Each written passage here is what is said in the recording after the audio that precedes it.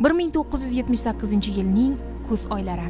Sirdaryo viloyati Sirdaryo tumanida istiqomat qiluvchi Otajonovlar sulolasida o'g'il farzand dunyoga keldi.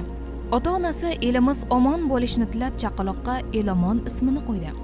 Tabiatan vazmin, og'ir bosiq bo'lgan Elomon bolaligidan vatanparvar bo'lib ulg'aydi. Bog'cha yoshidayoq men harbiy bo'laman deb baralla ishonch bilan gapirardi deya Xolmurod otaning xotiralari jonlandi. Men askar bo'laman. U vatan himoyachisi bo'lish maqsadidan sira ham ortga chekinmadi. O'rta maktabni tamomlagach, muddatli harbiy xizmatga ketishga hozirlandi. Ota-onasi bundan bexabar edi. Farqat degan bola bilan ikkalasi birga borib, sochlarini oldirib, tayyor u yoqqa borib, ketadigan kunlarini belgilab ketdi. Ketadigan kuni opa men armiyaga boraman dedi. Nega aytmading oldinroq desam, dedi, qo'y bolam, hali sen kichkinasan desam, yo'q, men kichkina emasman opa dedi. Kimdir xizmat qilish kerak-ku vatanga dedi. Keyin o'zim aytgan gapimga o'zim hijolat bo'ldim. Mayli bolam, mayli, omadingni bersin dedim.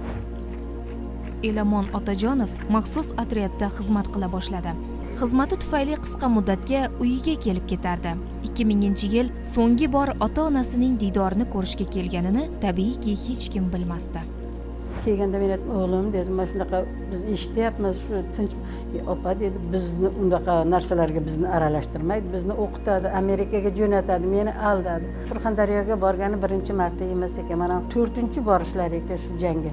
Oxirgi marta kelganida 24-iyulda keldi. Anvar degan sinfdoshi 1-avgustda uylanish kerak.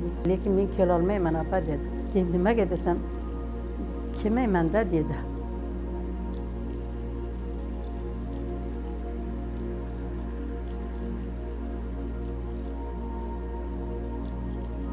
Bolalikdagi beg'ubor damlar, uzundan uzoq yoz kunlari, barchasini qahramonimizning do'stlari shunday eslaydi. Bu mahallada Elomon do'stim bilan yoshlikdan katta bo'lganmiz. Mana shu ko'chalarda yoshligimiz o'tgan. Taqdir taqozosi bilan armiyaga ham birga nasib qilgan ekan, armiyada ham birga xizmat qildik. Elomon do'stim bilan esda qolarli xotiralar juda ko'p. 2000-yilda ko'plab mard o'g'lonlarimiz vatanimiz hududiga kirib olgan jangovar guruhlarni yo'q qilish uchun Surxondaryo viloyati Sarosiyo tog'lari tomon jo'nab ketdi. Qo'shinlarimiz tomonidan yashirin yo'llar bilan kirib joylashib olgan terrorchilar pistirmasi vayron qilingach, ular tog'dagi turli archa-yu butalar orasiga berkinishgan edi. Jasur harbiylarimiz hududni dushmandan tozalash ishlarini olib borayotgan paytda bosqinchilarga duch keldi. Eng oldinda harakatlanayotgan Elomonni afsuski jangarilar o'qi omon qoldirmadi. Men o'g'lim bilan faxrlanaman. Ota sifatida uning yo'qligidan iztirobdaman, ammo uning vatan himoyasi yo'lida qurbon bo'lgani oz bo'lsa-da ko'nglimga taskin beradi, deydi Xolmurod ota. Farzandimni qilgan jasoratidan faxrlanaman. Vatanimiz tinch bo'lsin, el yurtimiz obod bo'lsin, hamisha yaxshi kunlarga uchrashaylik.